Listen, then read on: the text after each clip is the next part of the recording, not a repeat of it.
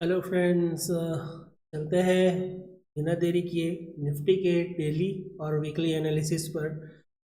अभी जो आप चार्ट देख रहे हैं ये निफ्टी का 5 मिनट का टाइम फ्रेम का चार्ट है। यहाँ पे आप देखेंगे निफ्टी एक गैप अप के साथ एक हाई लगाया, उसके दिन भर उस हाई को क्रॉस नहीं कर पाया और मैंने जो आपको लेवल्स दिए थे प्रीवियस वीडियो आप देख सकते हैं, तो उन सारे लेवल्स को अभी भी रेस्पेक्ट कर रहा है, अभी भी उन्हीं लेवल्स के अंदर ही है। जब तक गैप फिल नहीं होता मुश्किल है मान के चलिए कि अपसाइड का आपको कोई भी मोमेंटम देखने को मिलेगा। तो चलते हैं डेली टाइम फ्रेम पे। डेली टाइम फ्रेम पे ये देखेंगे आप, डायरेक्ट यहाँ पे मैं कुछ लेवल्स मार्क कर रहा हूँ सपोर्ट एंड रेजिस्टेंस का। ये इजीली आप भी कर सकते हैं।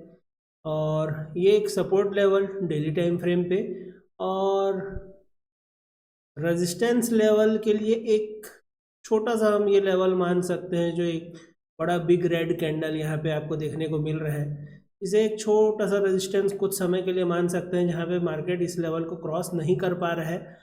देखेंगे करीब 1 2 3 4 5 6 7 दिन हो चुका, एक हफ्ता हो चुका और ये 8वां दिन ये भी इसी के अंदर है।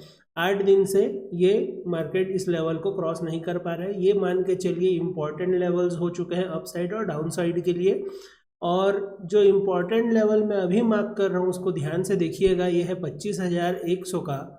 ये लेवल जब तक मार्केट टच नहीं करेगा मान के चलिए आपको इसी तरीके से इनसाइड, इसी लेवल के इनसाइड ही आपको जो है 25,900 और नीचे की ओर है 25,400, इसी के अंदर ही आपको मार्केट घूमता हुआ नजर आएगा।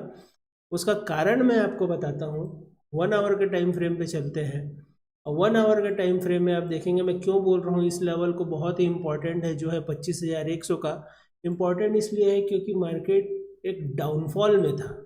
हमेशा मार्केट नीचे आता था अपने रेजिस्टेंस से, ये नीचे की ओर ही मूवमेंट कर रहा था। ये देखेंगे ये पूरे जो फॉल आपको देखने के लिए मिलेगा ये बिल्कुल इसी ट्रेंड लाइन को फॉलो करते हुए नीचे डाउन साइड की तरफ ही बढ़ रहा था। अचानक जो एक न्यूज़ आया, न्यूज़ के बाद मार्केट ऑल टाइम हाई के पास फिर से पहुंच गया और मैंने आपको यहाँ पे चेतावनी दिया था कि मार्केट यहाँ से ऊपर नहीं जा सकता है, क्योंकि ये सारे गैप्स, ये जितने भी गैप यहाँ पे पड़े हुए हैं इन सबको फिल करना ज़रूरी है। तो ये जो गैप है इसे आप देखेंगे मार्केट फिल कर चुका है। ये गैप है आपका 25,400 का, इस गैप को मार्केट फिल कर चुका है। लेकिन जो इम्पॉर्टेंट है ये है 300 पॉइंट का जो ये रेंज है, ये रेंज अभी भी फिल होना बचा है। जब तक इस रेंज को फिल नहीं करेगा आपको नीचे की ओर और ऊपर की ओर एकदम क्लियर मूवमेंट मिलना बहुत ही मुश्किल है।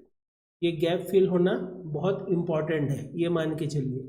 और चलते हैं 15 मिनट के टाइम फ्रेम में। कल मंगलवार के लिए आपका मूवमेंट कैसा रह सकता है, तो ये एक इम्पॉर्टेंट जोन है जिसे मार्क कर लीजिएगा, इसी के अंदर है मार्केट अभी भी।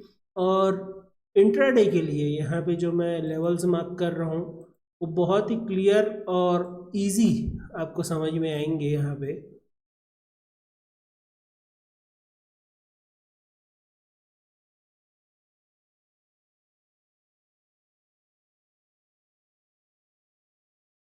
ये बस ये इतने ही लेवल है, बहुत ही क्लियर लेवल्स हैं। ध्यान में रखिएगा आज का हाई और लो, इसे आप सपोर्ट एंड रेजिस्टेंस मानिए। उसके बाद वेट कीजिए जब तक ये आज का हाई नहीं निकालता। 15 मिनट का थोड़ा टाइम फ्रेम यूज़ करिएगा और जब तक ये आज का हाई नहीं निकालेगा तब तक आपको ये 25,900 के लेवल जाते हुए, मतलब अगर हाई निकालता है तो 25,900 तक के लेवल को टच करने का कोशिश करेगा, क्योंकि प्रीवियसली यहीं से फॉल आया था। और यहाँ आपको कोई भी नेगेटिव कैंडल ढूंढना है, चाहे गैप अप हो जाए या जो भी हो जाए। यहाँ पे अगर कोई भी आपको एक नेगेटिव कैंडल मिलता है तो ये वापस से इस जोन के पास आने का कोशिश करेगा जहाँ पे अच्छा मूवमेंट मिलेगा। ऑप्शन बायर के लिए मोमेंटम बहुत ज़रूरी होता है। और अगर डाउन साइड आ रहा है तो ये एरिया बहुत ही चॉपी होने वाला है, बहुत ही इसके अंदर क्या कहना चाहिए, चलिए लाइट को भी अभी आना था। ये एरिया के अंदर बिल्कुल आपको कोई भी अच्छा मूवमेंट देखने के लिए नहीं मिलेगा, बहुत ही यहाँ पे आपको रेजिस्टेंस का सामना करना पड़ेगा। हो सकता है कि मार्केट यहीं पे साइडवेज जैसा मूव करे और उसके बाद आपके प्रीमियम्स गलने चालू हो जाएंगे, जो कि बहुत ही गलत आ, होता है ऑप्शन बायर के लिए। तो नीचे के लिए अगर जो लेवल है वो होना चाहिए 25,500 को। जब ये ब्रेक करेगा उसके बाद आपको अच्छा तेजी से जो मूवमेंट मिलेगा वो 100 पॉइंट का मूवमेंट यहाँ देखने को मिलेगा जो 25,400 के पास आएगा। और अगर ये जोन किसी भी तरीके से ब्रेक होता है तो फिर बहुत ही तगड़ा आपको ये 300 पॉइंट का मूव दे के जाएगा। इन लेवल्स को आप मार्क कर सकते हैं या चाहे तो आप इसका स्क्रीनशॉट ले लीजिए। बहुत ही एक्यूरेट ये आपको सपोर्ट एंड रेजिस्टेंस देने वाले हैं।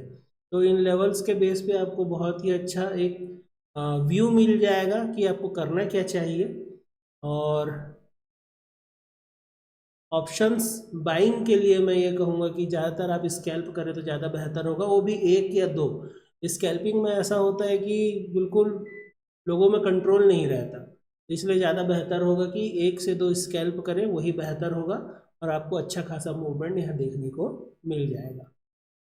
ठीक है दोस्तों, मिलते हैं नेक्स्ट वीडियो में। नेक्स्ट वीडियो बैंक निफ्टी के लिए होगा, देखना ना भूलिएगा। राधे राधे।